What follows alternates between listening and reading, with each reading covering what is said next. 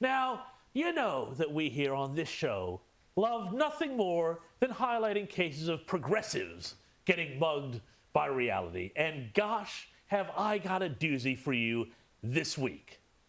Martha's Vineyard. Up until now, this sleepy little island off the coast of Massachusetts has been known as the favorite resort of cashed-up progressive lefties. It is, of course, where the Obamas bought a waterfront compound, oblivious to the threat of rising sea levels. It is where Hillary Clinton spent so much time fundraising in 2016 that she forgot to meet any actual voters. Ick, ew, deplorables, leaving Donald Trump to trounce her in that election. And Martha's Vineyard is, of course, also home to the Ted Kennedy School of Offensive Driving, operating out of the storied Kennedy compound. Ooh. So is it any surprise that the people who call Martha's Vineyard home turn out to be some of the worst people in the world? Of course not! Because by now, pretty much everyone has heard what happened this week when Florida Governor Ron DeSantis sent a plane load of 50 illegal immigrants. And yes, I said illegal because they were undocumented individuals who broke into the country, to Martha's Vineyard. The same Martha's Vineyard where in 2017, in response to Donald Trump's election, locals voted to stop local law enforcement officers from working with the feds to deport illegal aliens, and where not so long ago, the island's government put out an official sign stating that we stand with immigrants and refugees. Well, it turns out that they do stand with them. Yep, just so long as they're standing somewhere else. Because the entire town, indeed the entire Democrat establishment, freaked out when Ron DeSantis sent those illegals to Martha's Vineyard. Have a listen to this local rolling out the welcome mat. At some point in time, they have to move from here to somewhere else, right? We don't have the services to take care of 50 immigrants, and we certainly don't have housing. We're in a housing crisis as we are on this island, and so we can't house everyone here that lives here and works here. We don't have housing for 50 more people.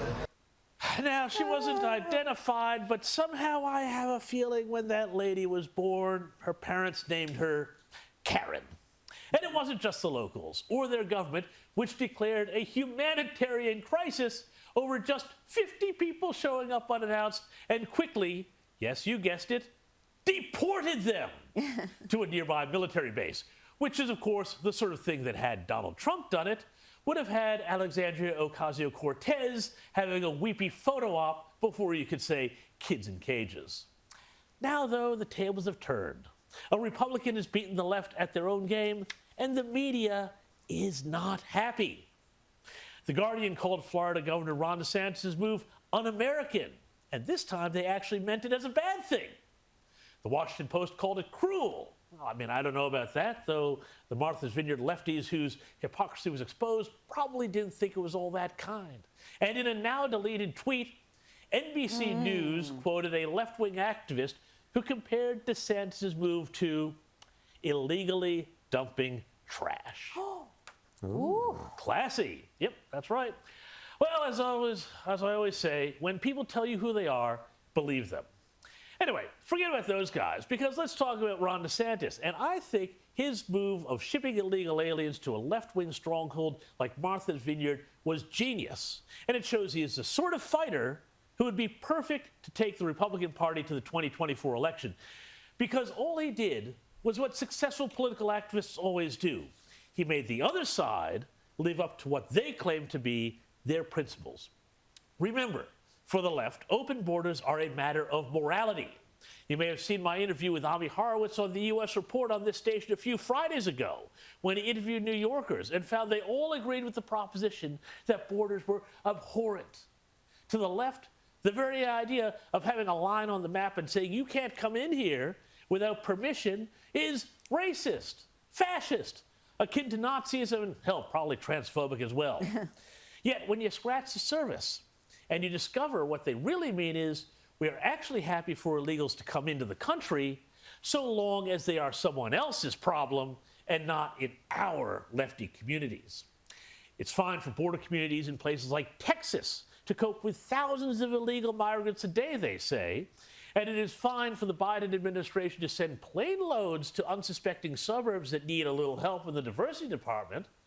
But when Republican governors like Ron DeSantis do this and send illegals to places like Martha's Vineyard, New York, and Washington, D.C., well, that's another story. Speaking of Washington, here's that city's Mayor Muriel Bowser, who once declared her town a sanctuary for illegals on taking migrants she'd rather not. We're not a border town. We don't have an infrastructure to handle this type of a level of immigration to our city. And Washington's own Joe Biden had a few thoughts himself on what governors like DeSantis are doing. We're committed to fixing the immigration system. Instead of working with us on solutions, Republicans are playing politics with human beings, using them as props. What they're doing is simply wrong. It's un-American. It's reckless. Come on, man. Listen, Jack, remember, 4.2 million illegals have crossed the border since Joe Biden became president. The rate is now around 200,000 a month. And border agents have been systematically demonized and demoralized by the administration, which we can only presume has plans to offer a mass amnesty at some point in the hope of minting more Democrat voters. I'd say that's probably more un-American than anything Ron DeSantis has in mind. And speaking of Governor DeSantis, here's what he had to say to all this in response. I also was a little bit perplexed when I heard that the president is scrambling to get his cabinet together to try to address the fact that you have governors who are helping to relocate illegal aliens to sanctuary cities. Now, he didn't scramble to get his cabinet together when we had millions of people illegally pouring across the southern border. It's only when you have 50 illegal aliens end up in a very wealthy, rich sanctuary enclave that he decides to scramble on this. Ron DeSantis' America or Joe Biden's? Well, I think I know whose America I'd prefer, and given the choice, I think American voters will agree, not just in the midterms in November, but in 2024.